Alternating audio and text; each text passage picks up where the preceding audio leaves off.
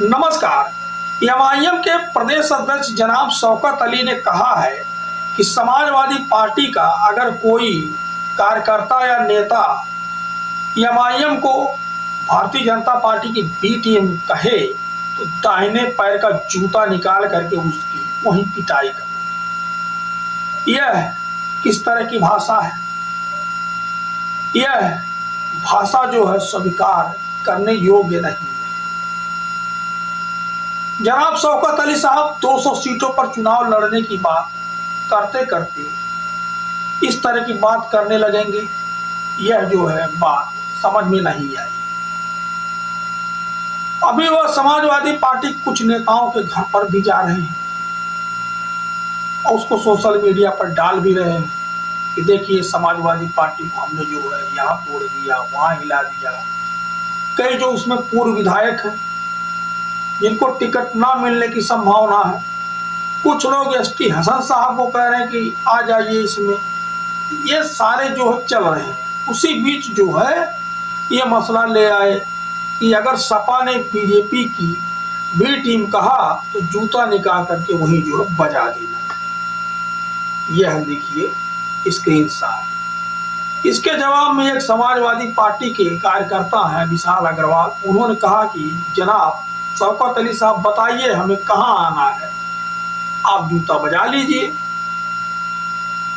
तो शौकत भाई, आप लोगों ने बिहार में इतनी सीटें लड़ी, 5 जीते, लेकिन कितने पर गठबंधन के प्रत्याशियों को हरवाया होगा वो आपको पता होगा। आपने महाराष्ट्र में नगर निकाय का चुनाव लड़ा, नगर पालिका का, लग रहा है आप वहां की जीत से एकदम मतान्ध हो गए।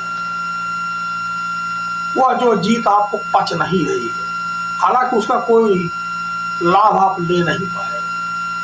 आपने कहा था कि बुरके वाली तो हम जो है वो बनाएंगे मेयर, लेकिन बना नहीं पाए। वहीं समाजवादी पार्टी 5 सीट योजना जीतने के बाद भी डिप्टी मेयर बना लेगा। यह स्थिति है।